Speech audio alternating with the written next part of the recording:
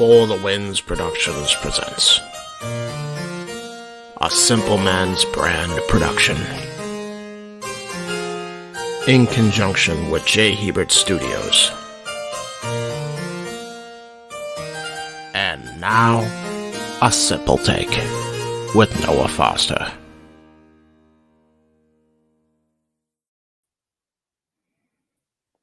Buenos dias, as we come to you regarding the aftermath of WWE BACKLASH, where somebody achieved a lifetime moment, even if it didn't include a championship.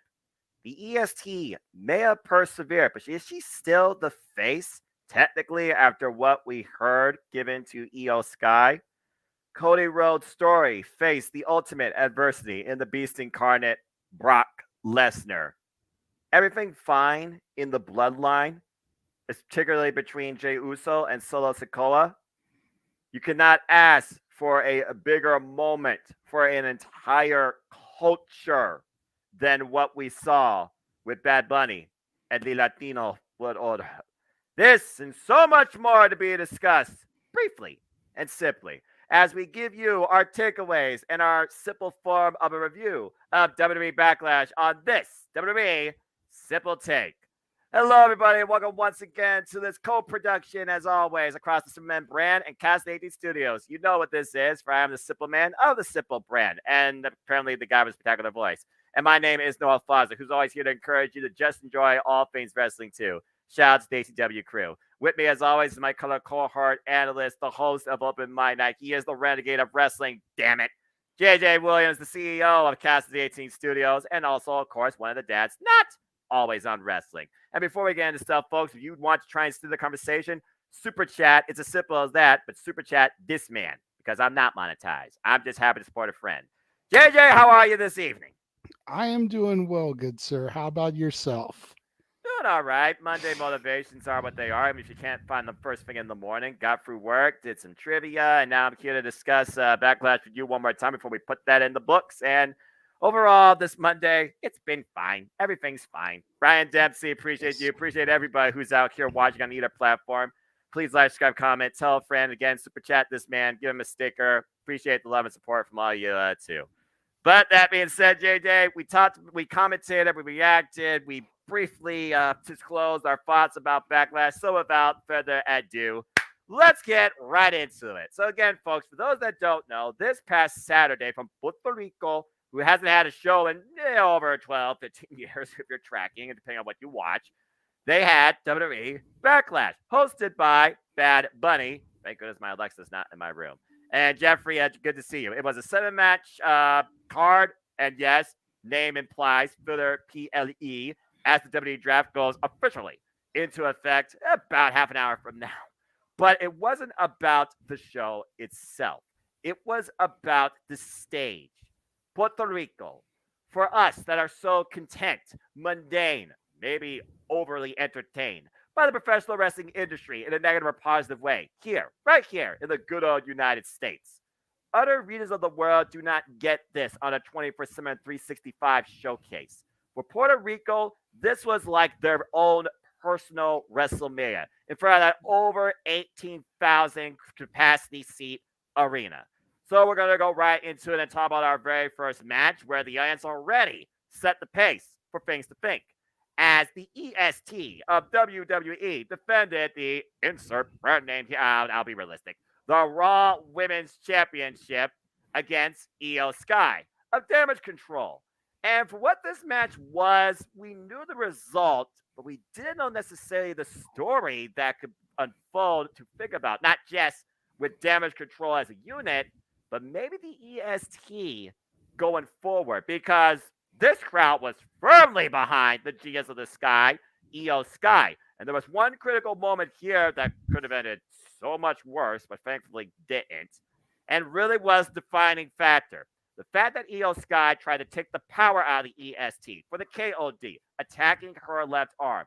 Bianca Belair still persevered, and with one arm military press and a inverted face slam, she was finally able at one point to set up Io Sky and the KOD and get the 1-2-3.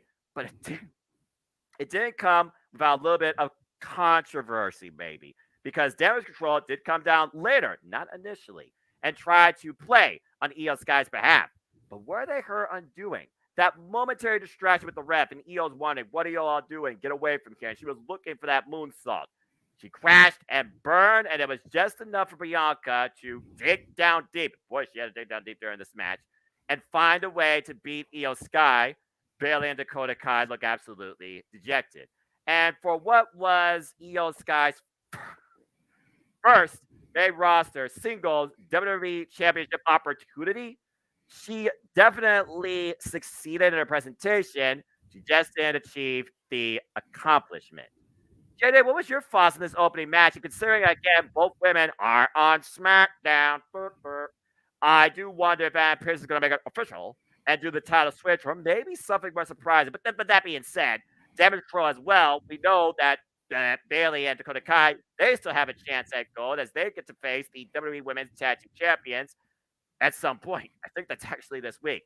So, looking at Damage Control's future, Bianca Belair's direction, what's some of your biggest takeaways from this opening match?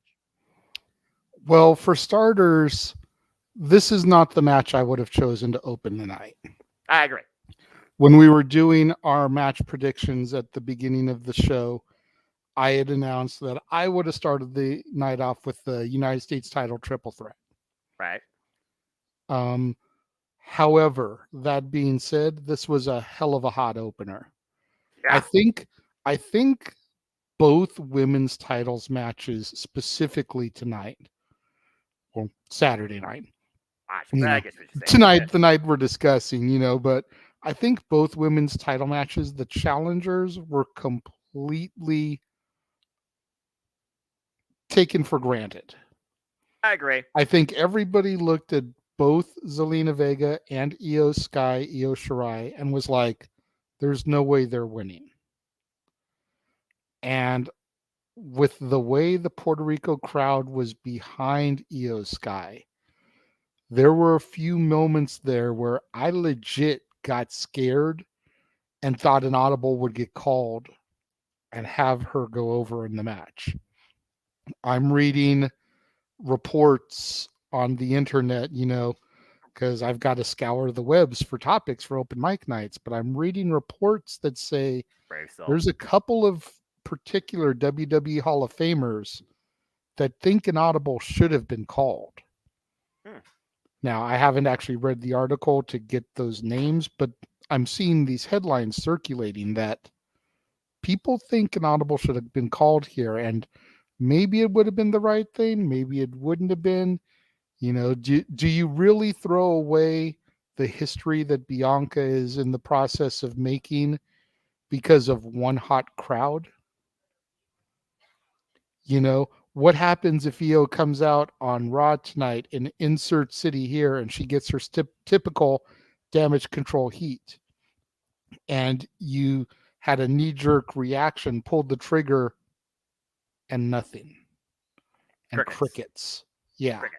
All the crickets. While I do agree with a lot of the general internet wrestling community that Bianca needs a change and a freshen up, it's not going to happen anytime soon. The WWE was scared to pull the trigger on Hogan back in the 90s. They were scared to pull the trigger on Super Cena in the 2000s.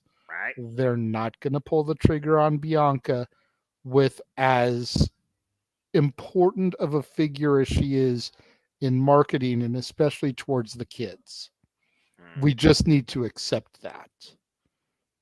They pull the trigger, they have her turn heel, they lose all of that.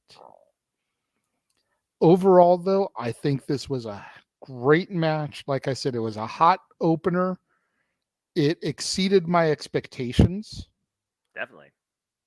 And that's something that became a recurring theme throughout the entire course of the night, because we all dismissed this as a filler pay-per-view by name, and especially considering the fact that it wasn't even going to be in the States. And I think this is one of Triple H's, make WWE global again. Global localization. You know, number 45 had the slogan "Make America Great Again." WWE under Triple H, I think, is trying to make it a global juggernaut again. You think about it, started with the shows in Saudi. Then we had Clash at the Castle last year. Now we're doing a show in Puerto Rico. We're Puerto going Rico. again to Saudi at the end of the month, and we're going again to the UK. The next 3 shows in a row are not in the States. Yeah. Then you look at AEW following suit and going all in August. Yes. You know, what I'm really waiting for is WWE insert B pay-per-view here from Tokyo. I was about to say they have not done anything from there since Beasts in the East. WWE insert B pay-per-view here from Mexico City, Mexico. What was the last one they did in Mexico, particularly? I don't think they've ever done a pay-per-view there. Not one I could think of particularly. Yeah, I think you're right there.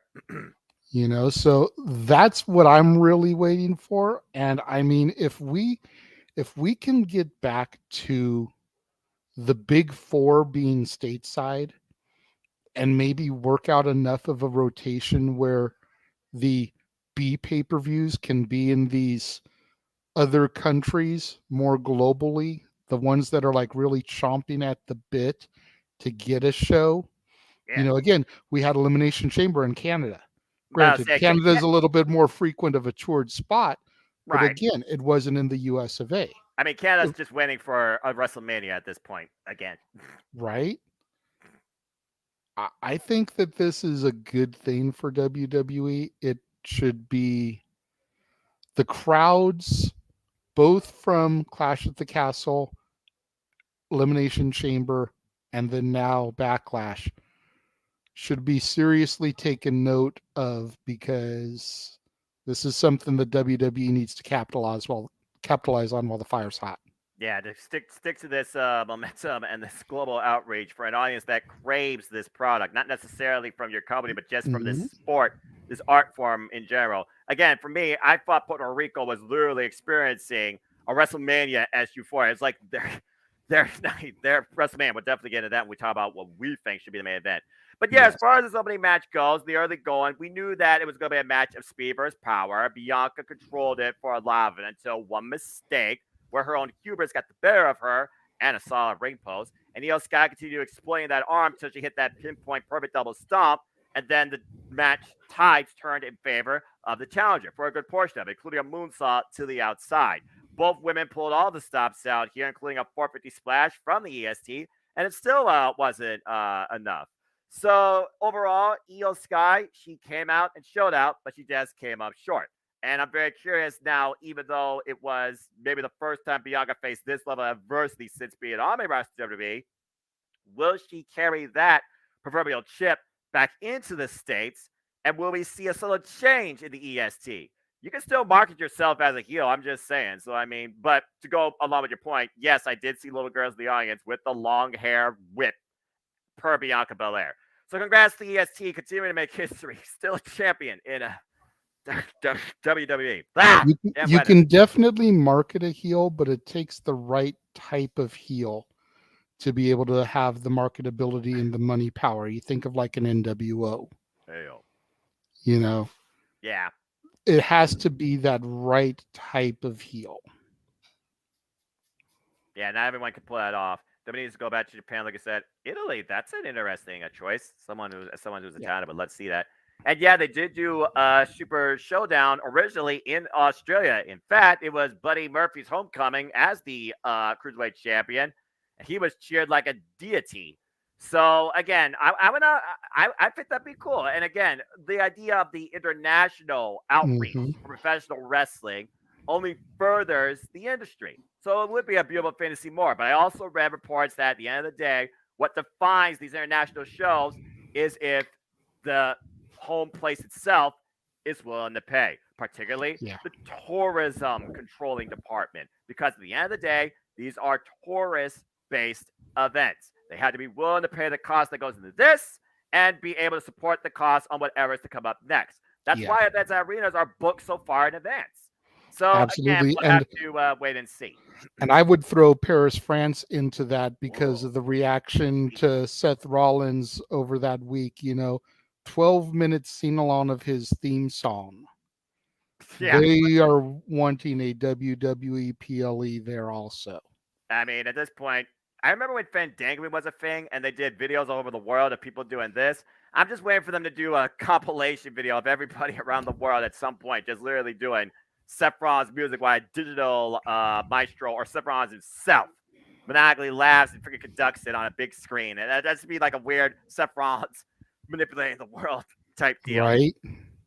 The only way I said this before, the only way I see Bianca turn heel is if someone cuts the long hair. Ooh.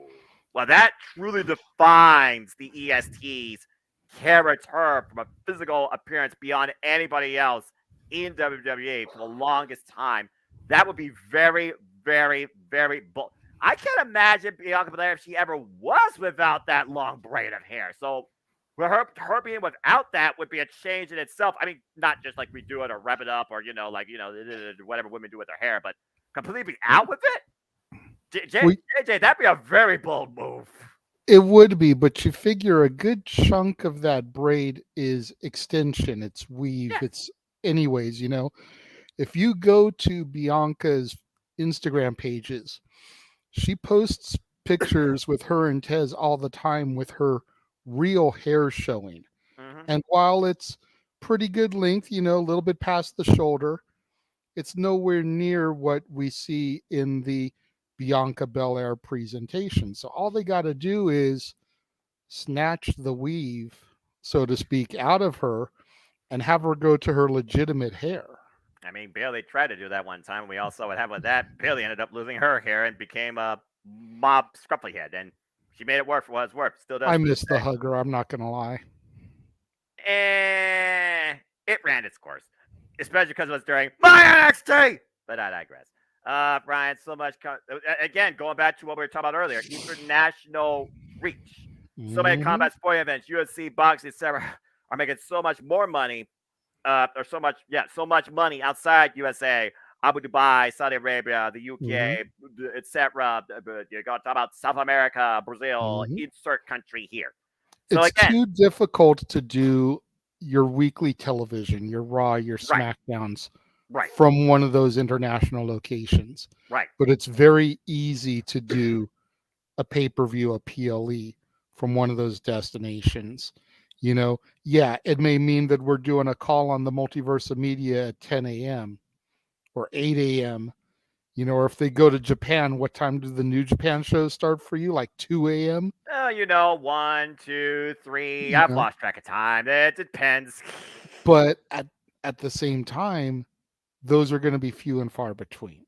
Exactly. There's a reason why I haven't done there's a reason why we haven't done a Japanese Network Multiverse of Media New Japan event from Japan, particularly since Wrestle Kingdom.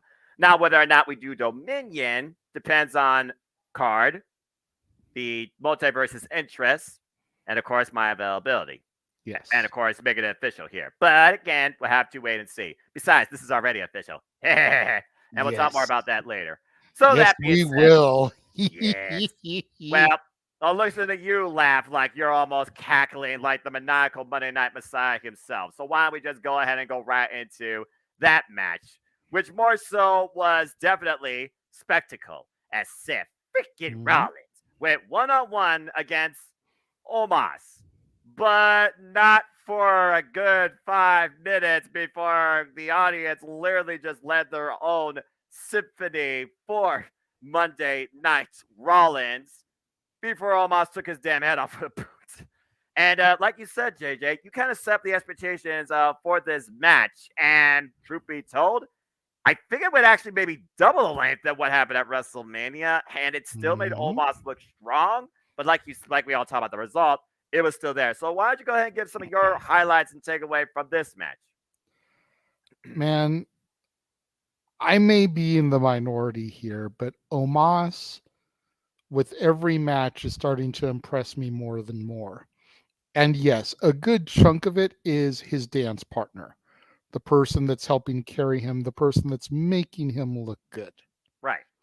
You know, it was Brock at Mania. It was Seth here. Braun Strowman at Crown Jewel last year. But it's Omos is definitely you can see he's trying. You can see he's putting in the work behind the scenes. You can see he's putting in the effort. I think that's the main reason that they drafted him as a free agent. Right. And as we That know, way folks, he can drafted pop the up. next night. Yeah, that way he can pop up wherever needed and have that spectacle match with that guy that's going to make him look good. I could see him having. I'm not sure if they had a one-on-one after they broke up or not, but I could see him having a match with AJ Styles. I could see him having a match with a Gunther. Just because you look at Gunther, Walter, and Walter is a tall drink of water. Damn right. Is he Omos height? No.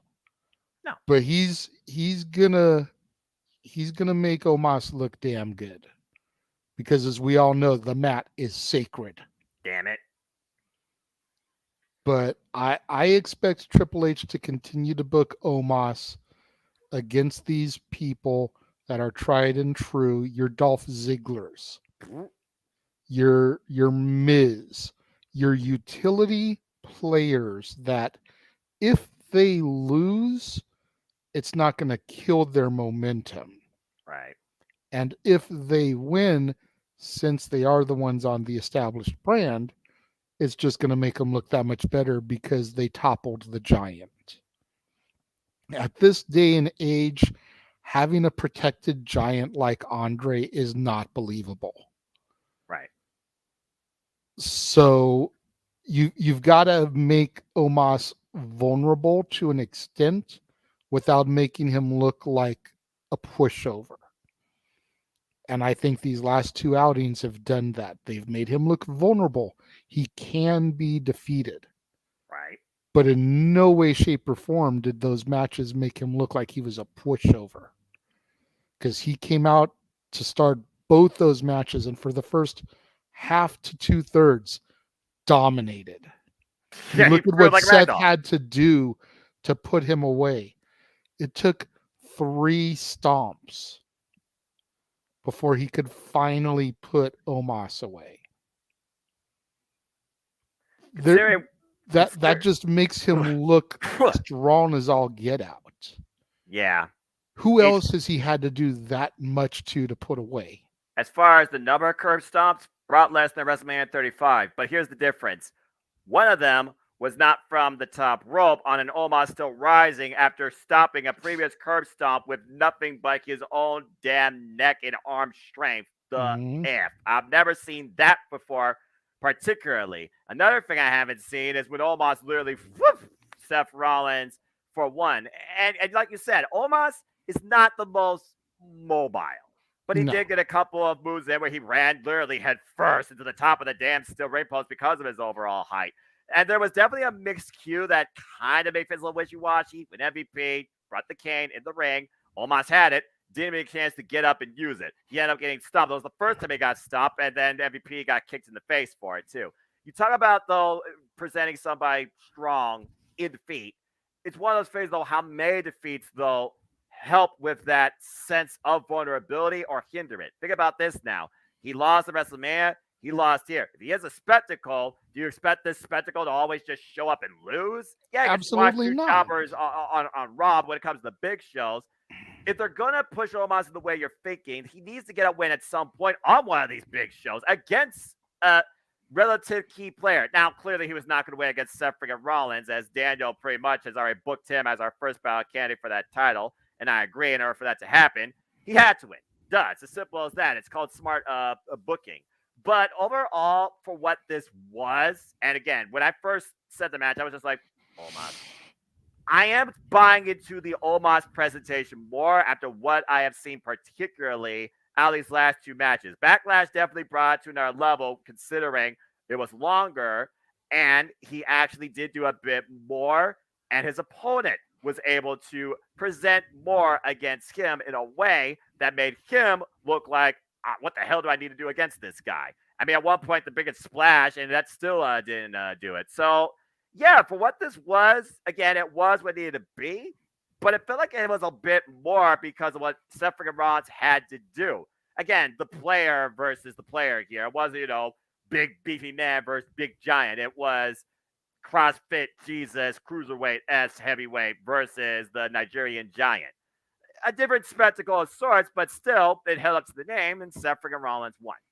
Let's see what we got here. I'm hoping since Omos is a free agent, he could challenge Roman Reigns for the WWE Undisputed vs. Championship. Da! JJ, now I know you're talking about, presentation and preservation and keep playing, but does that need to happen anytime? Let's just put it out there. This year. Yes. And But Omos needs Roman's to not get a in the few tournament, right? victories under his belt first. You can't have him lose to Lesnar and Seth and then immediately go after Roman. No, I'm just kidding. He needs to pick up a few victories, but I could see Omos versus Roman at Crown Jewel, at Hell in a Cell, at Night of Champions, at Survivor Series. If I mean, we don't know what B pay-per-views WWE is going to keep. So some of these may be moot points, but, right. I could see him at insert throwaway B pay-per-view here Payback. against Roman Reigns. Yeah. That's fair. But again, who will step up to the tribal chief next? Only time will tell. Maybe we'll get a teaser of it this week. And again, Ryan, he is not in the tournament, but he will be on SmackDown this Friday. And something tells me, let's just say it's going to be a matter of family to deal with. I'm surprised that there's no free agents in the tournament. Right? You think about Omos, you think about Dolph Ziggler, you think about Baron Corbin. That's a triple threat right there, at least. And they're all free agents. And then you could have done, like I suggested on Open Mic Night, and done a triple threat of NXT talent, and done a Braun Breaker, an Ilya Dragunov, maybe a Carmelo Hayes, or somebody else, an Andre Chase, and had them, and then you could have had the winner of the NXT triple threat versus the winner of the free agent triple threat. Right, but again, it just goes to show. And then the finals could have been a triple threat. Well, it just goes to show that, again, not since 2019 when my NXT dominated Raw and SmackDown has NXT looked like an equal. They've done everything possible to make it look like a lesser opponent / environment. Even under both Triple H and Shawn Michaels right now, sad to say, that still is the case. And now Shawn Michaels has to reset your entire women's division. But again, going on for the I know, I'm curious to see what's going to happen with that tomorrow night. But well, that being said, let's go ahead and talk about somebody that was formerly involved, though, in my NXT, but also ran through a little bit of the network NXT to a degree. And he's going his own way, even though he started in the way.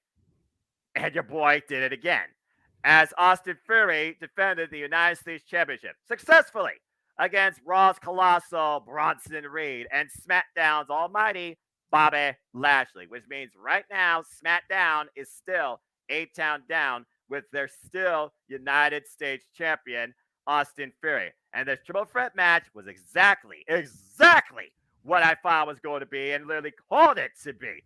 Buffer, Fall Guy, big man working against each other. Austin Theory taking advantage when he could. I like the fact, though, that he paused with the roll through dropkick, pick his spot. He tried to pick an alliance, got right over for it. And next thing you know, he once again exploited Bobby Lashley's work, not at the expense of Seth Rollins, but Bronson Reed, and Bronson Reed ate the fall. No 8-town down required, just a simple pin and a pissed off Bobby Lashley. But your boy did it again, and like I said, does this mean that Bobby Lashley could be off to more things of relevancy? What does this mean for Austin Theory, the United States Championship? We know his confidence still going to be at an all-time high, but who's going to confront this man? Maybe someone talks to him. Maybe someone creates a viral moment. And at this point now, will Austin Theory try to make the United States Championship more important than the W Universal Undisputed Championship, considering Roman Reigns is a part-timer and barely shows up? And as far as Bronson Reed goes, well, you're on Monday Night Raw, so I mean, hey, there's another mid-card title you could challenge for. Australia versus Austria, I can get behind that. But whether or not that happens this week or something to come, that remains to be seen. But poor Bronson Reed, he hasn't had a title since the NXT North American Championship for a cup of coffee. And to think he beat up all people for it, Johnny Gargano. But hey, bottom line, Austin Theory, your boy did it again. Absolutely. I'm so proud of Theory. I knew he was going to do it. He's in the tournament for the World Heavyweight Championship, as is Bobby Lashley. Right. I definitely see this continuing into that, not knowing what the triple threats are going to look like on SmackDown. They could potentially face each other in the finals on SmackDown to see who's going to get to go to Night of Champions, or they could be in the same triple threat. But regardless, I see Bobby Lashley probably getting to the finals of the SmackDown side, winning the SmackDown side to go to Night of Champions, losing the final match to crown the champion, and then just the fact that Lashley has gotten that close to the title again is going to be what sets his trajectory towards Roman Reigns. Because after getting a couple of defeats against Theory, you would think, well, you just lost going for the secondary title. Are we going to throw you in for the main event? Right. But if he can you force your way that into close, it. Force his hand. If he can get that close to the new title, then he's got an argument. Right. You know, well, I made it for the finals. I wasn't able to get that one, but I want to challenge my brand champion now. Bronson Reed, I think you called it perfectly. I think Bronson had a good enough showing that he's going to be a challenger for Gunther here in the very not so distant future, maybe even at Night of Champions. Be nice to see that title freaking. Whether he wins or loses, again, I expect Walter Gunther to defeat the Honky Tonk Man's record, so Bronson would have to fall. But I definitely think he showed enough potential to be in that echelon, if you will, of the Intercontinental Championship. Agree. To at least get himself a opportunity against the Ring General. Who, of course, again, will be on Raw tonight as the draft officially goes to effect. And on East Coast, that's as of right now. Again, folks, please stay hashtag spoiler free. But if you want to dictate the conversation, super chat this man's as simple as that. As you alluded to, JJ, the two triple threats for Raw tonight, the two winners face each other tonight. That winner going on tonight, Champions face the SmackDown side. We don't know what the SmackDown side things matches-wise will shape up as, but we do know tonight it's Cody Rhodes, Finn Balor, and The Miz in one, Seth freaking Rollins, Shinsuke Nakamura, Damian Priest in the other. Those two match winners will face each other. I got a match in the main event tonight, and that person's going on tonight champion. So, and you gotta figure it's going to be Cody versus Seth. It has to be at this point. What else? I think they're going to go back to that. Well, but right.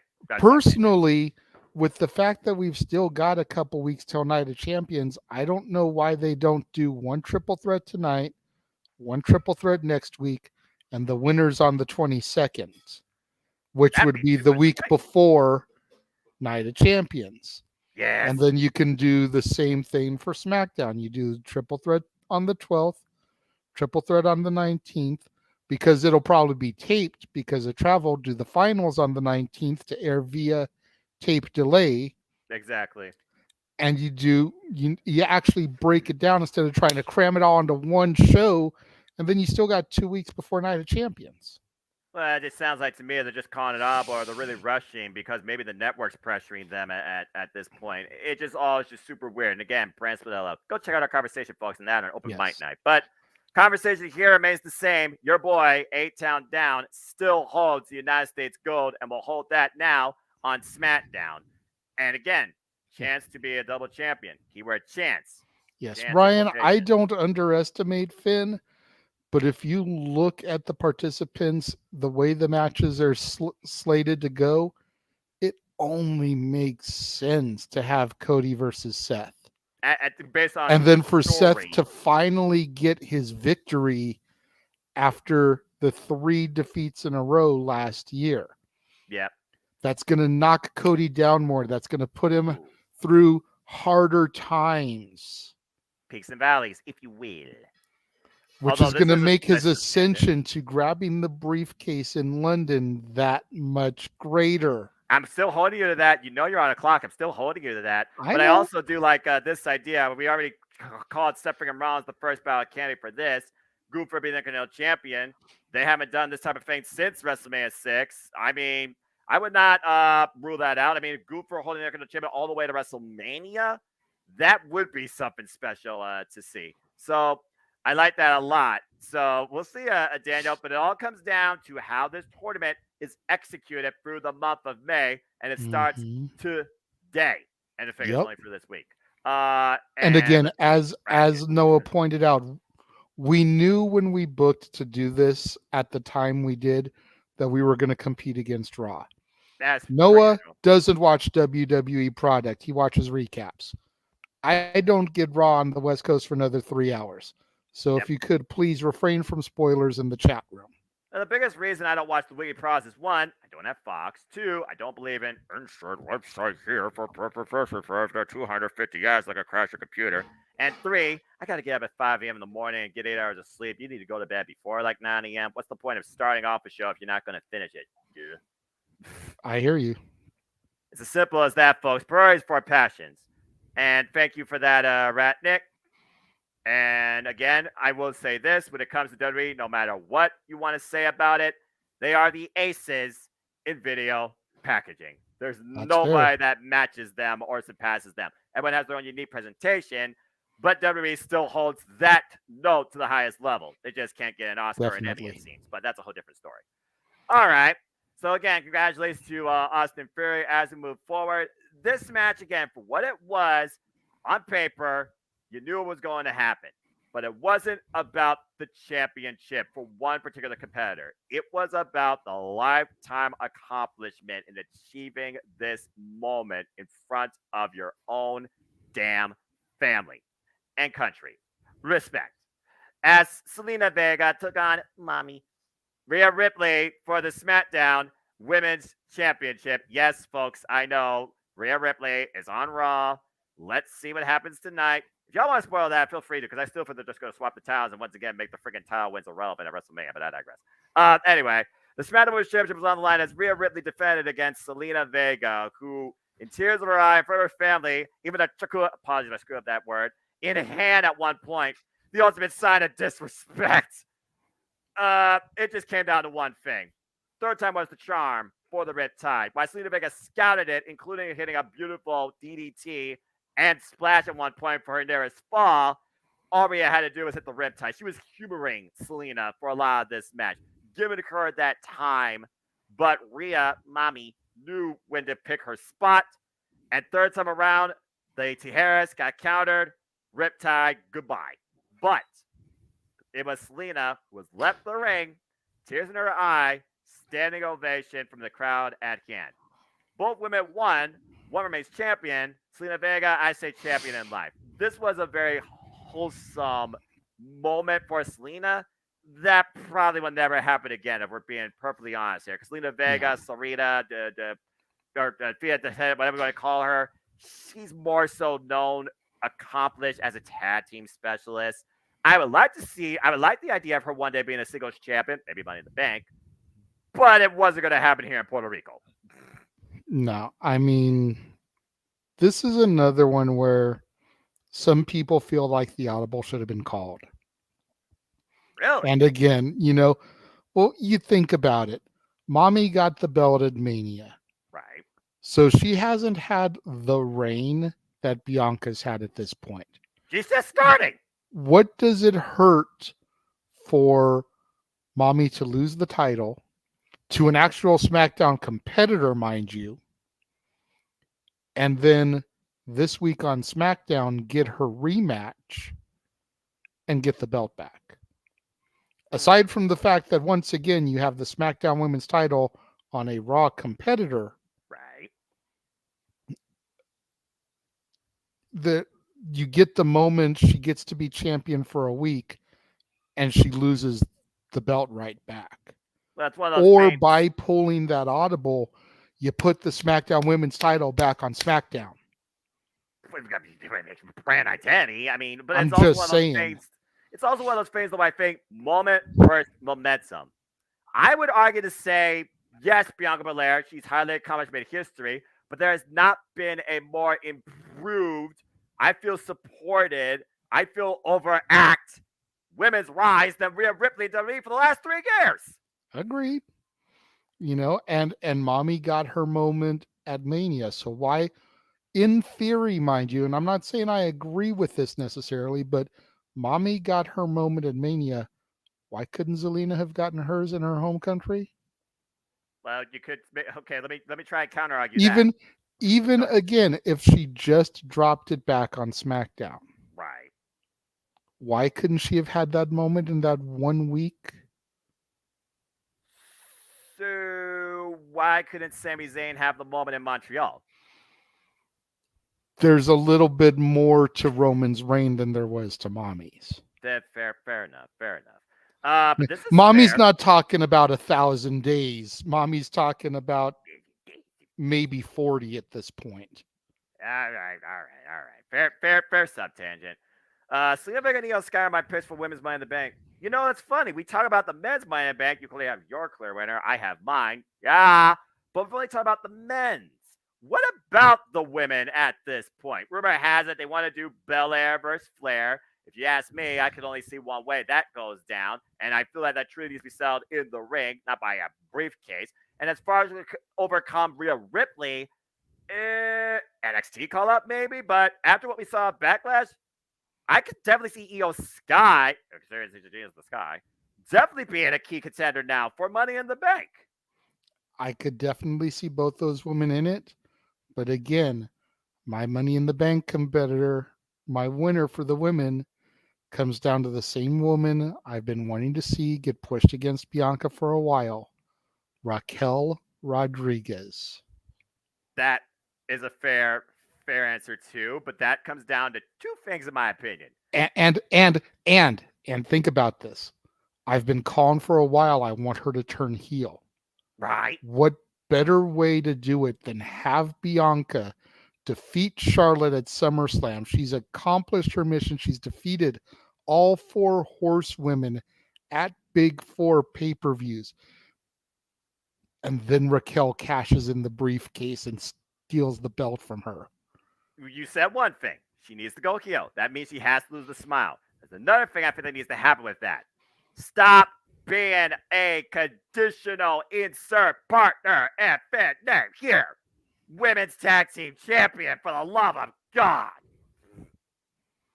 But yeah, Raquel. So Raquel and Io actually face each other one-on-one for the freaking NXT Women's Championships. That'd be a nice callback. My NXT! But I digress. And then you could have Liv come out there to celebrate with her partner, and you get Raquel dropping Liv. Well, it would be the first time Liv got dropped by a previous partner, but then she went crazy and just like, okay, I like pain. I'm just going to throw myself at people. Remember what she did with Sonya Deville after she lost the title to Ronda Rousey? Let's keep in mind Ronda Rousey and Shayna Baszler are both on Monday Night Raw with the WWE Women's Tag Team Champions, by the way. Just saying. But yeah, I mean, this match, again, we knew going in Zelina wasn't going to win. Right.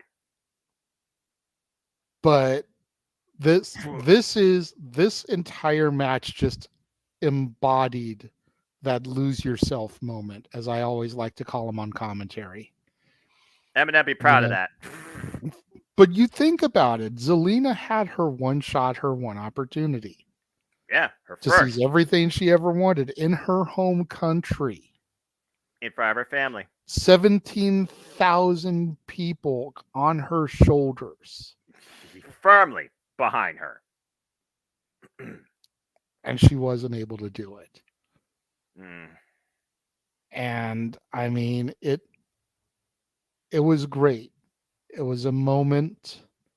And that's exactly what this pay-per-view was, this PLE. It was a series of moments. Exactly. It wasn't the only moment, that's for darn sure. No. I think WWE put out a video actually about the biggest pops or like crowd reactions at Backlash as well. And well, considering half of them are from a match we're going to talk about as our proverbial main event, doesn't surprise me one bit. Yeah, But no, again, I would say Zelina was definitely probably number 2 as far as active competitors that performed that night. keyword active. That now you're thinking like me because I was about to say that's the key word. We're going to talk about active versus passive here shortly. But again, Selena Vega, keep that spirit up. Congratulations on that moment. Who could beat Mommy? Yeah, and I do feel like she could get a moment down the road. I do too. Unfortunately, your two major champions right now are just way too dominant. They are. They're You the know, summit. you give me something like last year when Liv had the title, and you give me Zelina versus Liv. Now I'm scratching my head. I think Zelina could do this. Well, they are about the same height. All But right. you talk about somebody that's built like Mommy, that's the second coming of China, gets the comparisons all the time. And loves it. And then you talk about the roughest, the toughest, the strongest, the greatest, the EST of the WWE. Insert adjective ending in EST here. It's not going to happen. No, it just wasn't. Not again, without a Money in the Bank to cash in after a huge match, which, you know, goes back to Daniel's thing. You know, I just don't see her as being that person, though. I see her being a participant, if nothing else. But Yeah, yeah. considering what she showed on this evening, definitely deserves to be one of the 6. Or if they choose to go all out, pun intended, because don't forget, and we will cover that, of course, here first, Mia, in the O2, I can see them literally doing 8. 4 on Raw, 4 on SmackDown, or make NXT feel important. Maybe 3 on Raw, 3 on SmackDown, 2 from NXT. I'm just saying. Blair Davenport, I like anybody? that. Cora and Roxy. Well, yeah, you could run that back. I still see that being renewed at Battleground, but that's just me. Depending on how your GG or NXT women's JC? tournament goes. One of those two is going to have a lose-leave NXT match if this gets any more personal with all this blood. So I'm just saying.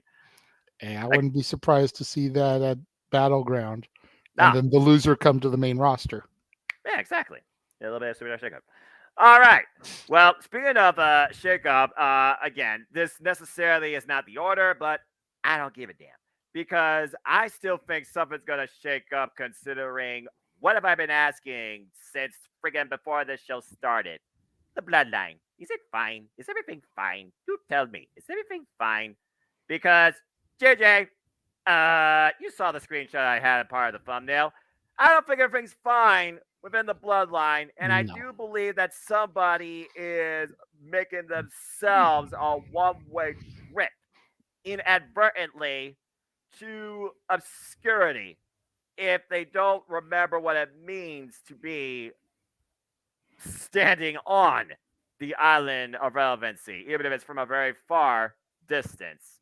This encounter was interesting for a couple of reasons, and particularly one side for a couple of reasons. Yeah, I mean, this was everything I expected without the outcome I expected. You know, more or less. I mean, everything Sammy has done over the last couple of months has gotten into Jay's head. Yep. KO knows when to pick his opportunities, because while he doesn't like the fact that Sammy is talking to Jay, trying to convince Jay, he knows how to play into the fact that Sammy has been doing the puppet master, the mental manipulations. Riddle was just there to be there. Or no, giving him a sense of clarity. Riddle was just there to be there. He had no legitimate purpose at the end of the day. Yes, the bloodline took him out, but what did he really do? gut wrench suplex and a bunch of kicks. My gosh, the amount of kicks in this match. Yeesh. Yeah, we won't go down that tangent.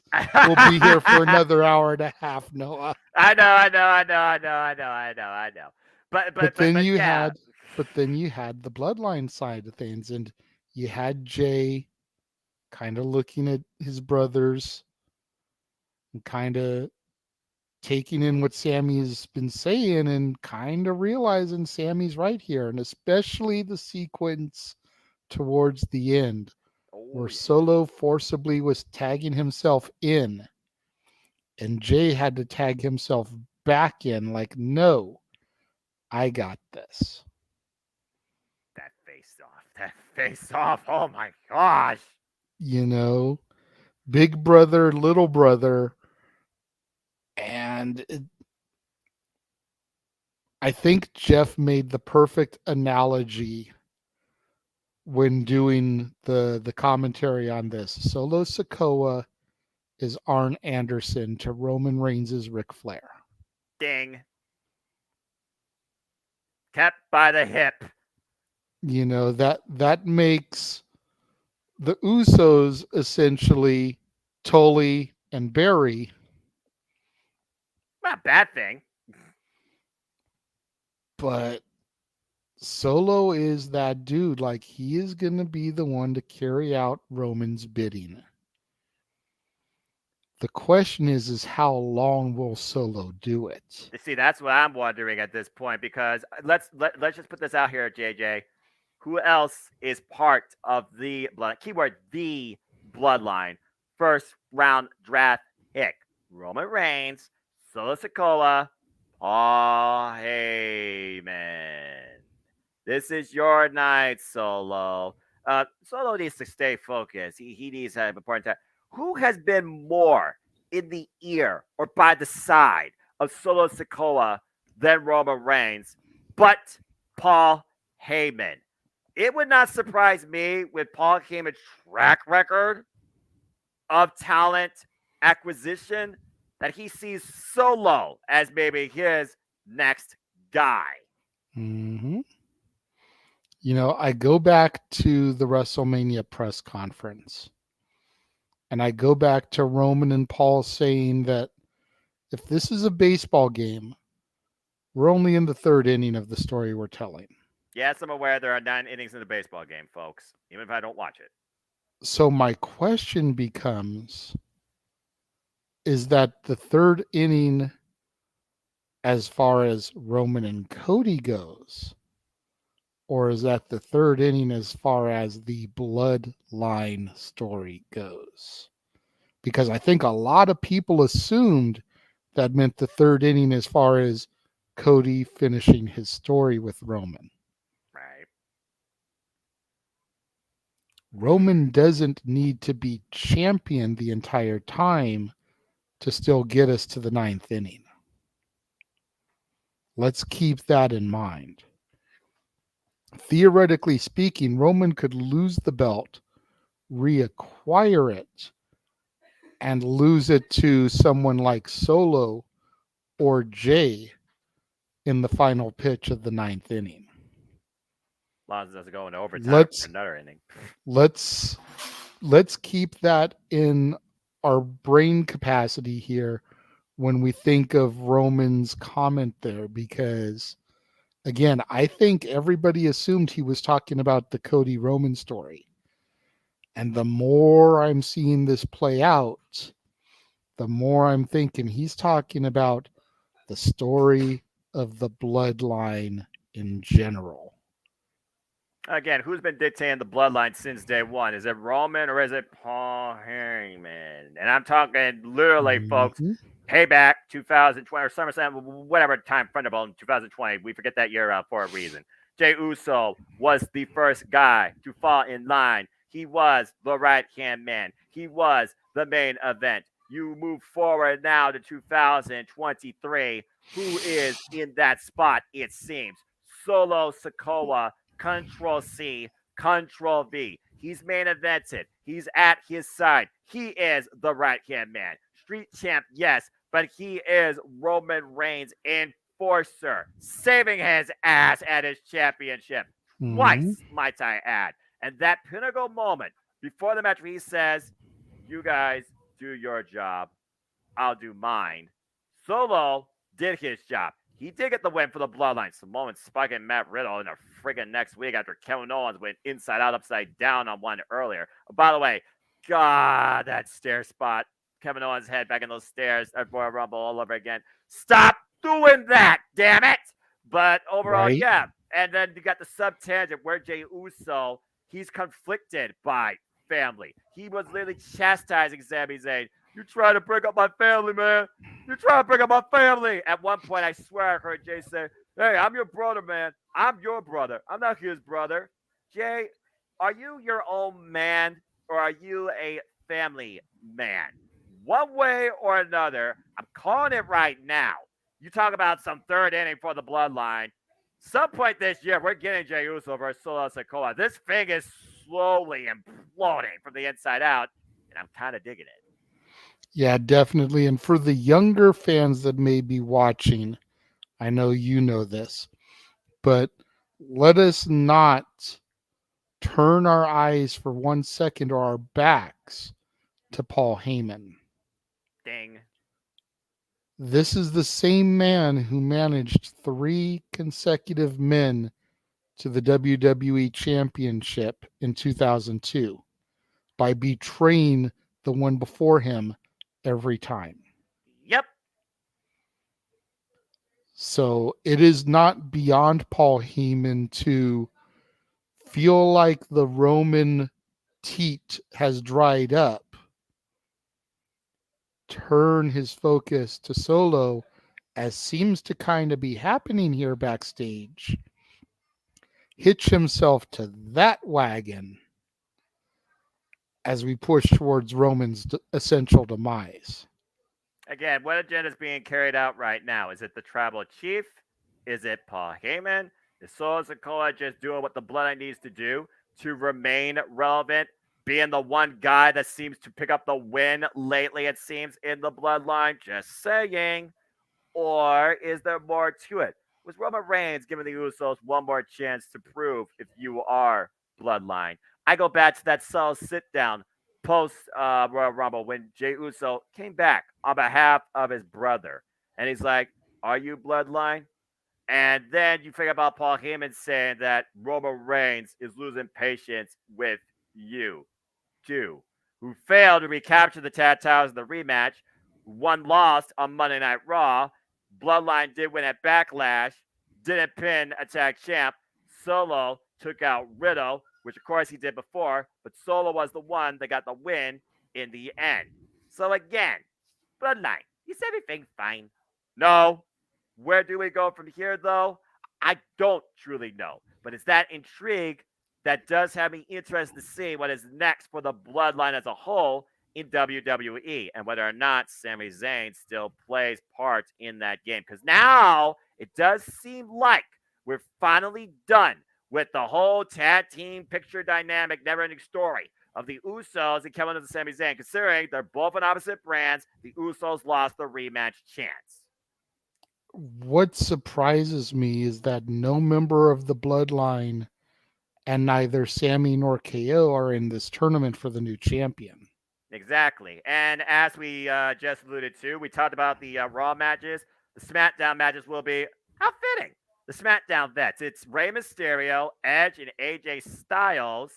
And the other one is your boy, Austin Theory, Bobby Lashley, and Sheamus. So Should if be I a was, good one. if I was just to, brainstorm how I see this tournament playing out. So Raw plays out tonight, right? I see Cody and Seth. I see Seth winning. Now, the SmackDown side, Bobby and Austin Theory in the same match with Sheamus. Sheamus, a former United States champion. Austin Theory seems to know how to work a triple threat field. I see Austin Theory winning that. That leaves the other match, though. Edge, Rey, AJ. Edge and AJ, no love lost, I'm sure. Rey Mysterio, though, extremely over. Former World Heavyweight Champion in his own right, won the big gold belt, WrestleMania 22. But the question is, who haven't we seen Austin Theory square up against that could push more towards his momentum? Because regardless, it's going to be Seth freaking Rollins versus insert SmackDown name here. So, do you revisit Fury and Seth, two guys with as much brash, egotistic confidence that needs to be? Or do you revisit a sleeper match from a Money in the Bank in Las Vegas a few years ago with two of the all-time greats in WWE, with Seth freaking Rollins and AJ Styles? I think SmackDown's going to be Austin Theory versus AJ Styles, and AJ Styles goes over. We get AJ Styles and Seth Rollins at Night Champion. Seth wins the gold. I 100% with you. The only thing I'm not sure about is Theory's match. Right. I could, with the way he's been getting so close and then yanked away, I could almost see Sheamus picking up the victory in that one, but then still falling to AJ. Right. But again, I think they're going to do Tyler Black versus AJ Styles Ding. and have that be the finals for the title. Well, considering what we think the finals are going to be tonight, as once again, we wonder what is on the road to finish the story. Let's go ahead and talk about the adversity Cody faced in his story at Backlash. As for the first time ever, the American Nightmare went one-on-run against the Beast Incarnate, Brock Lesnar. Well, this was everything I expected and more, but at least it wasn't insert SummerSlam year here, though it was very close to Extreme Rules insert year here. So let's see. Big pop, whoa, gotta love it. Brock Lesnar, by the way, he got a standing ovation afterwards, so that just goes to show, again, Puerto Rico appreciated everything they saw here. Cody Rhodes admitted he fears Brock, but he wanted to fight Brock. Oh, he fought him all right. Before the bell, he attacked him with the announce table, he attacked him with a steel chair, he attacked him with the steel ring steps. Then Brock caught him and took him on Suplex City, whether it was overhead throw, whether it was really suplex that bent him up like an accordion, whether it was the over-the-shoulder suplex variation. Welcome to Suplex City. May have your order here. And we got 8, total of 8 of them. And a bear hug at one point, stalling setup for another suplex. But Cody hit the disaster kick, hit Cody Cutter. He hit 2 crossroads, 2.5. Brock Lesnar hit the F5, but not before Brock Lesnar had Cody in an exposed ring turnbuckle corner. And somehow, after working his back, thought he had Cody set up. Cody, I think it was just divine intervention, fell, and Brock Lesnar legit busted himself wide open, straight in between the eyes. Still hit the F5, but not enough for the 3. So what did Brock do? He resorted to Plan B. The same move that took Shawn Michaels' arm and took Triple H's arm. Twice. The Kimura. And I swear, I saw that arm was about to pop out of its socket. But somehow, some way, Cody pushed Brock Lesnar up his own body weight, the shoulders down for the 3 count. The dangers of being in a submission or being a technician. You risk your own body being caught in a decision. Cody escaped Brock Lesnar with a 3 count win. But still, the record book stands. Cody Rhodes faced the adversity and claimed victory. But the show is called Backlash. And something tells me, very possibly tonight, there will be backlash from that match results. Yeah, this is not over by a long shot. I don't see them confronting each other at Night of Champions because there's no purpose. No. But I could see both of them in Money in the Bank. And then potentially having the 3rd match at SummerSlam. Right. I mean, possibly for the title if my theory holds up. Well, again, that all comes down to your theory, which again, you're on a freaking clock, and don't forget our wager. But I do go back to this. It was exactly not Karrion Kross, but they're on SmackDown. It was John Cena and AJ Styles that had a classic trilogy of matches, and that grudge, part of that grudge, did take place at Money in the Bank. So I could definitely see that because this is a grudge feud that is far from over. Because it's one thing to draw blood from Brock Lesnar twice. It's another thing to beat Brock Lesnar. in the history of Brock Lesnar, I can't think of one opponent he has not gotten the better of eventually in WWE. Just saying. That's fair. But yeah, Cody Rhodes, again, how do we finish the story? Was this just a small chapter, an epilogue to a previous saga, or is the ending still unwritten? You seem to already have the book written, but I don't know if WWE's ready to rip those pages and make you draw and write a new novel. Hard times, peaks and valleys, adversity.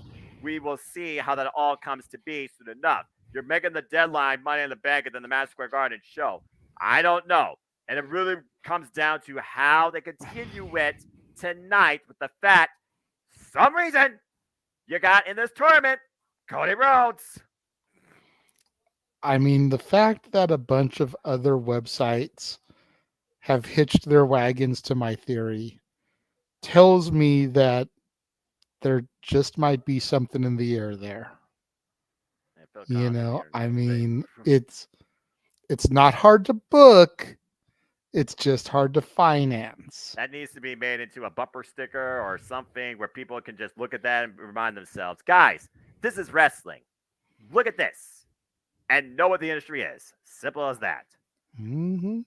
But yeah, I mean, again, Cody Rhodes, he got bludgeoned, but he survived Brock Lesnar. So, yeah. Hey, and win what you can. This definitely should not have been the main event. No, I feel like the finale of this match was so anticlimactic. Right? That's really, why they did the video package. Really, this was the only hiccup in the entire night, I think. Yeah, and it's not to say that the match was bad, because it was good. It was everything it needed to be. The right person won. Right. It just felt anticlimactic in comparison to this match. And that's why you are going to talk about the proverbial main event. And I ain't going to say another word once I show the graphic, because I stand by what I said. This is the reason why there was in Puerto Rico WWE Backlash. This was their WrestleMania. This was their main event. San Juan street fight between Bad Bunny, Puerto Rican born in Puerto Rico, and Damian Priest, also one with the culture, born in New York. But this was their stage. This was Puerto Rico's moment. This was literally Latino World Order takeover. This was, simply put, this was cool. Yeah, this match, without question, should have been the main event. Again, you laid it out perfectly. You've got Puerto Rican WWE superstar Damian Priest versus the Puerto Rican recording sensation, international sensation, Bad Bunny, in a San Juan street fight in San Juan, Puerto Rico. You couldn't have asked for any more synergy than that. Nope. And then you have all of the pieces of the puzzle that came together to form the Tetris board and make this match great. Starting off earlier in the evening with Savio Vega backstage. Right. Giving the kendo stick to Bad Bunny. You know, and then you had Carlito run out and get another huge Road Warrior pop in Puerto Rico. Like, I was so damn happy to see Carlito. That made my freaking night. And the funny thing is like, we kind of knew, we had figured Carlito would probably be involved somehow, some way, somewhere. Right. The question was when and how. Savio Vega was the complete blindside. I did not see that coming at all. I didn't even think about that guy. Me neither, because he was before my time. Like, I know my history. I know about him and Crush and Farouk in the Nation of Domination, the original Nation. I know how it all splintered off and Farouk rebranded the Nation with The Rock and D'Lo Brown and Mark Henry and Kama Mustafa And then Crush started the Cycles of the Apocalypse with Skull and 8 Ball, and how Savio Vega started Los Boricuas. And it all led to the Gang Warfare, which you figure you throw the Hard Foundation in there, you threw Degeneration X in there. That's the one I was thinking of. You had all of these stables and a landscape that's very familiar to AEW's right now if you really want to think about it. But I digress. We're here talking about WWE, not All Elite. That's right. But Savio Vega's appearance just took me for a loop because I saw him, and at first I was like, I wasn't sure who it was because in the face he kind of resembled D'Lo Brown. And I was like, is that D'Lo? What is D'Lo doing here? I knew it wasn't D'Lo. And then the because it didn't tag bob his came head. up and it was Savio Vega. I was like, oh shit. Okay. This makes perfect sense to me now. But I mean, you have all this, and then you've got the Judgment Day coming down and getting involved, As we knew they would. Then you had the entire rest of the LWO coming out. And it just, the layers of the storytelling here were impeccable. All the way down to, when you really want to get down to it, the former Punishment Martinez was trying to lay out his own form of punishment, the judgment, if you will, on his former friend Bad Bunny. Yep. And then it took a Canadian destroyer, or as we across the multiverse of media have now dubbed it, the Bunny Hop, to put away Damian Priest. Yep.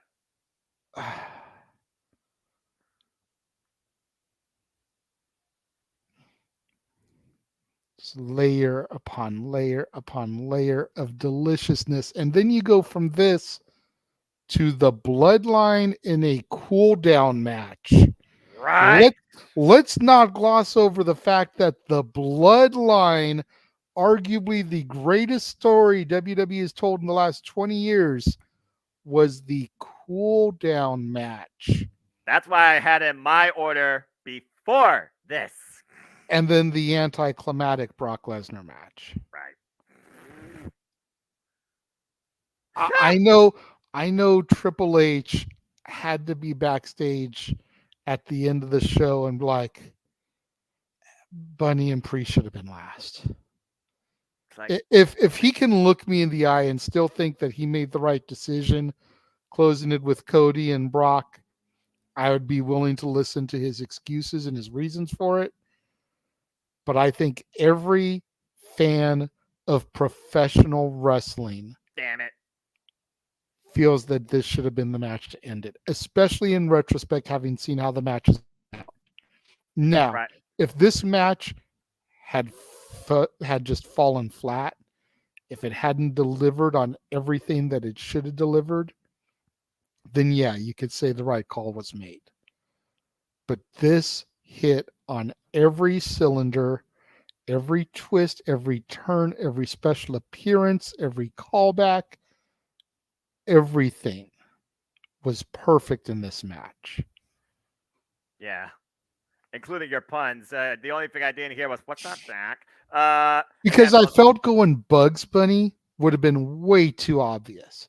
So I was trying to go a little bit more obscure, That's why I pulled out the Tricks Bunny, and I pulled out the Nesquik, and I pulled out the Energizer Bunny, and I went to Con Air with the put the bunny back in the box joke. I was trying to go for stuff that wasn't as obvious as Bugs. Yeah, that was, well, you still did the whole duck season, rabbit season thing, but still. I did. I did. I had to figure out a way to get it in there without being so obvious. And there was moments where, again, it was back and forth. But let's go ahead and look at this from not just, the scale, but just the way it was executed. In the early going, Bad Bunny, he got one move in on Damon Priest that surprised the hell out of us. A Falcon Arrow, folks. Falcon Arrow. Now, Mr. Noble Driver, botch. Michael Cole, Corey Graves, keep telling Michael Cole what a Mission Noble Driver is versus Falcon Arrow. Just saying he made the same mistake at WrestleMania 37. But anyway, he did a Falcon Arrow, got a fall, and Damon Priest like, because like I said, this is Damon Priest's world. He lives here. Bad Bunny just loves and admires it, but he sure as hell work in it. Respect. And then, of course, later on, we know Bad Bunny can swing a kendo stick. Damon Priest was aware of that. He stopped it every time he could, including destroying one, saying, I don't need to use this. As soon as he hit his own Falcon Arrow and then that South of Heaven choke slam, damn, we were pretty much like, okay, this is it. He's done. No, no, no, no, no, no, no, no, no, no, no, no, no. It wasn't a wrestling match. It was a street fight. And for a good portion, it was literally in the ring. So they took it into the crowd. And Damian Priest hit a ridiculous avalanche variation Falcon Arrow off the top of a stage crate for 2 damn tables. Bad Bunny dead to rights with the fact that Adam Pearce was out there like, maybe we should stop this, make it official. No, he signed for it. It's sanctioned, right?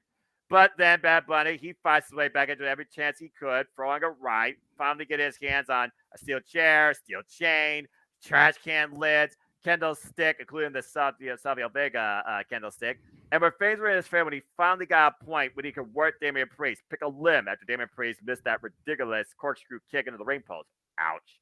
He exploited that, slamming the leg in the post, wrapping a chain around and slamming it there, hitting it with a steel chair. Damian Priest was a one-legged man, but he exploited Bad Bunny's emotion because Bad Bunny is a cultural influence. He brings out an emotion. It's even in his music. Like I said, Booker T was wrote based on personal vindication. And how fitting considering what we got here in this match. But the fact he didn't come out with that theme or leave with it.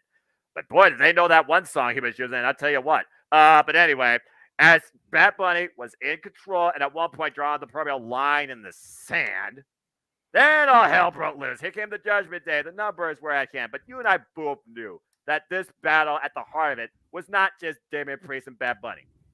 It was Latino World Order versus the Judgment Day, where someone, Statboy or somebody, tell me the last time Latino World Order actually got a win under their name, just saying, against Judgment Day particularly. And then, well, Latino World Order, Latino World Takeover, Savio Vega, and then freaking, oh, not before that, though. I was like, okay, numbers are still, here, and then of all people. Again, we talked about pops. You talk about active versus passive. I would rival to say that Carlito was a bigger pop than possibly Bad Bunny because of the fact he has not been seen in forever. And simply put, that was cool. And of course, he did what he does to people that don't want to be cool, which made everybody pop out of their seats. Yeah, spitting the apple in the face of Dominic Mysterio. Of all people, I tell you what. And then Judgment Day was like, okay, man, enough of this. Savio Vega comes out. He can still throw a kick. He can still throw a right. And then he calls the rest of the troops in. It was like literally Judgment Day was pinned between border control. And I absolutely loved it. Then we go back down to the ring where, as you alluded to, and when was the last time somebody won with this move? The Destroyer was the end game after well on the way Damian Priest with a steel chair. And Bad Bunny got the freaking win, not just for him, but for the entire country of Puerto Rico and the Latino World Order. This was a victory of cultural proportions and a humbling of extremely long overdue punishment for the Judgment Day. You should have went out with this. Yeah, definitely. The only reason that I didn't do Roger Rabbit is because I can't do the voice. Otherwise, I would have done the whole please, priest. Yeah, I can't do that either. And Who Framed Roger Rabbit's still one of my all-time favorite movies when I was once a wee lad and used to watch movies. And Jay, of course, echoes our sentiments. Big G, he's talked about as well. Carlito was definitely his moment. I feel like NYC Demon Diva would agree with us, who I know was probably there live. Wrestling Covers, I know was there live. That's CME. Aaron Riff, I think he even said this should have been the close of the show because this is Mm-hmm. what this was about. Not just for WWE Yeah. Backlash, but for the entirety of Puerto Rico. I mean, again, what else can you say besides this was cool? The road to Backlash may have began on the Raw after Mania with Brock turning his back and turning heel on Cody Rhodes. But this was the match that everybody wanted to see. Yes. Period. And the Point seeds blank. were planted at WrestleMania as well.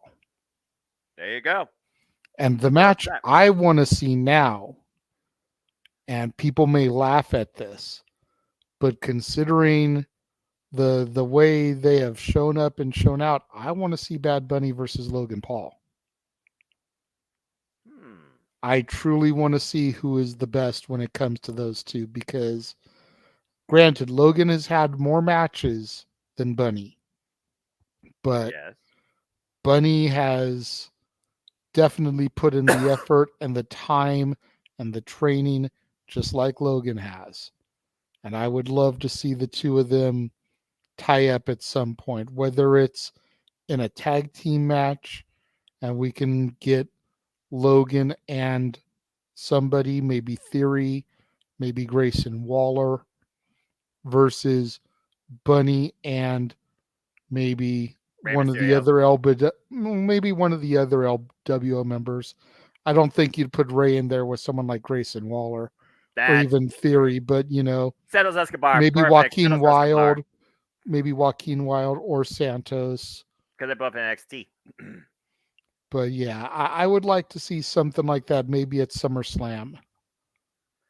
Well, with SummerSlam being in Ford Field, which back last time that was WWE in Ford Field was WrestleMania 23, which had a capacity of over 80,000, I believe. I wouldn't rule it out, especially with them trying to either have that capacity, if not more, this year. And again, I actually might go to that show. I don't know. I mean, it's only 4 Yeah. hours away from me. But again, And SummerSlam Carlito tickets, has said that if they make a good offer to him, he's got no problem coming back. I would love to see Carlito sign like a 2-year deal. just give me one more Carlitos Cabana. I want to see Carlitos Cabana one more time. That's what I want. I want to see Carlito as the guest on either Miss TV or the Grayson Waller Effect to start things. Oh, that'd be interesting. That would be a great way to reintroduce him. On the heels of this past weekend's WWE Backlash in Puerto Rico, my guest tonight on Insert Show here, Carlito. Like spit in the face of people who don't want to be. Just to hear that music one more time. Yeah, but yeah, it would be the need to perfect see way to do it. Carlito. We need to see Carlito again. Uno más. Either Miz TV or the Grayson Waller Effect be the perfect way to bring him back, and that immediately sets him up for his first program because you either got Carlito versus Miz or Carlito versus Waller. I think Carlito versus Waller would be very cool. And with Waller, I mean, again, to try to bring that guy down and embarrass him. Oh, you'll never hear the end of it. Neither will his followers on Instagram. I'm very curious if Grayson Waller is going to introduce the Waller effect. This I don't think this Friday, but shortly, like in a couple of weeks, and will his first guest be maybe a former rival in NXT? What will Grayson Waller's agenda be? Because Grayson Waller is not stupid. There is no way he's going to confront the tribal chief. Nah, he's not going there, but I could see him going straight after Theory. True. But of course, Fury's busy this Friday, so he could meet him backstage. So again, and Fury, he'd be like, "Hey, I remember you. You want to take a selfie? You used to do this all the time." Call back. So again, it very well could happen, but that remains to be seen. But again, what was seen Saturday night in Puerto Rico was a spectacle to remember for the people there, whether it was something casually, we assume, or possibly, perceived from here. So that being said, JJ, we called it. We talked about review it. What's your overall final simple take on WWE Backlash in Puerto Rico? Man, I was saying it when we first came on the air, and I said it a few times during the call. What has the makings of a B-list pay-per-view, because it's not one of our big four, was already seeming like an A-. And I honestly feel they delivered and made this a solid A show. The only thing that prevented it from getting an A+ was the lackluster finish of the Brock Cody match and the placing of that and the Priest Bunny match. If those had been better, then it would have gotten that A+, because you could forgive the anticlimactic nature of Cody versus Brock if the last thing we saw going off the air was the OWO hoisting Bunny up in the air with the flag. Right. You could forgive the lackluster anticlimactic finish. But for that to be the last thing that they saw before they went home, nah, that was not cool. No, I agree. I don't have an apple, but I agree. Yeah, again, Backlash for the longest time for me as a whole, I've defined as okay, this is a filler show. Meh. The last time I remember Backlash probably really mattering to me, maybe the Backlash callback match they did this recent video with JBL, John Cena, Triple H, Randy Orton, probably just because good old JR was calling it. But I think Backlash 2004 was probably the last big one for me overall as far as the card quality goes. But this one here stands out not for the matches itself, but for the people that were part of the matches, because they were part of the match, if not literally what the matches needed. Again, Bianca Belair, something to think about. Could that lead to a character development for either side that was involved in that? Rhea Ripley, Selena Vega, it was what it was. But for Selena, it was something she may never get again.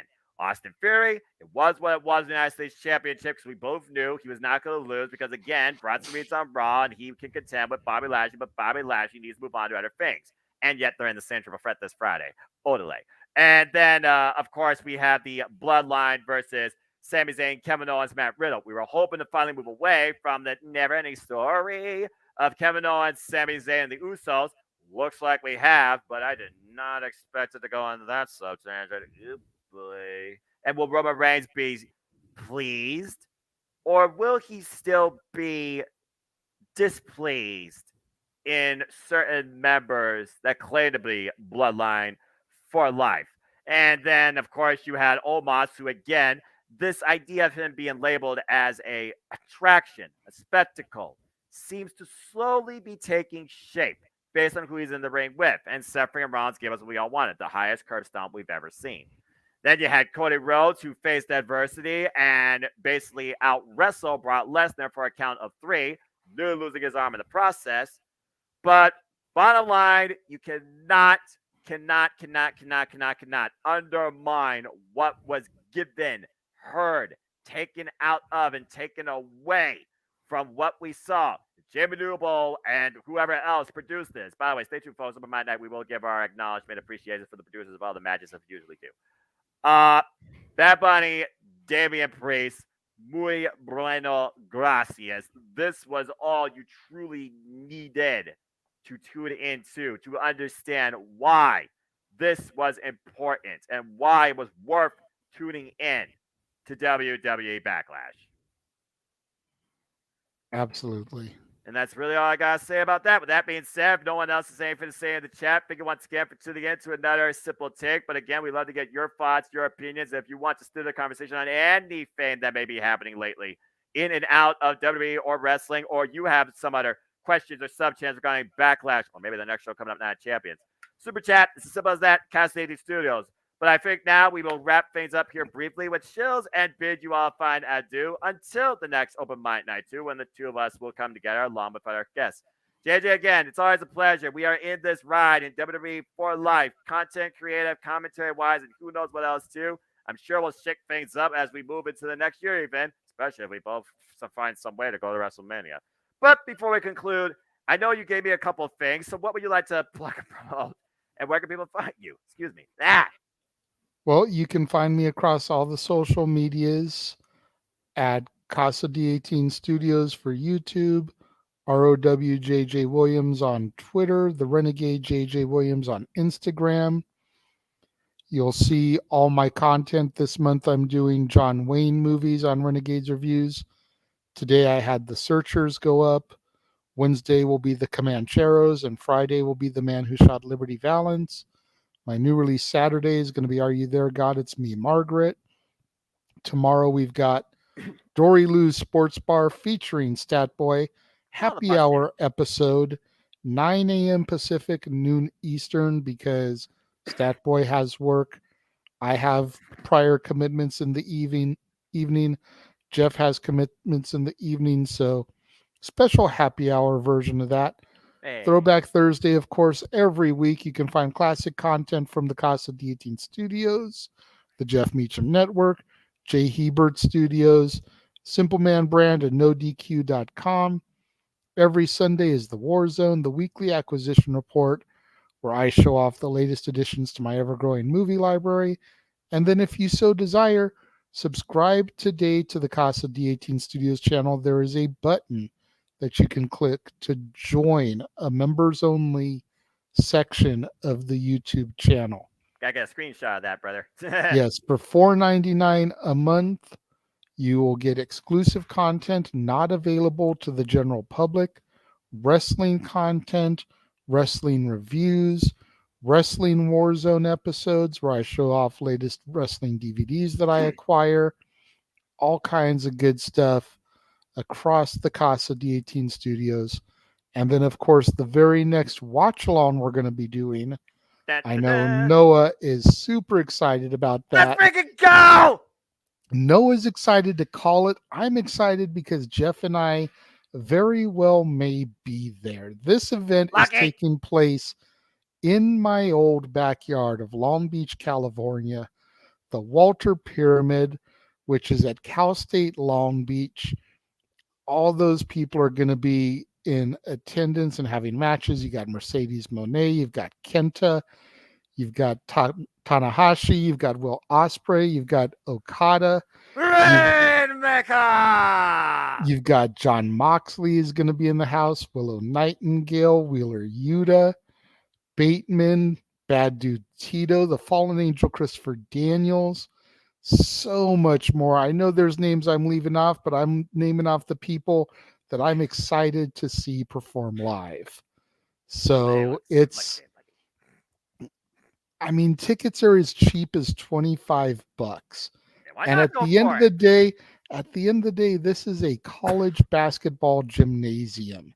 So there really are no bad seats. The seats that Jeff and I are looking at are $30. Nice.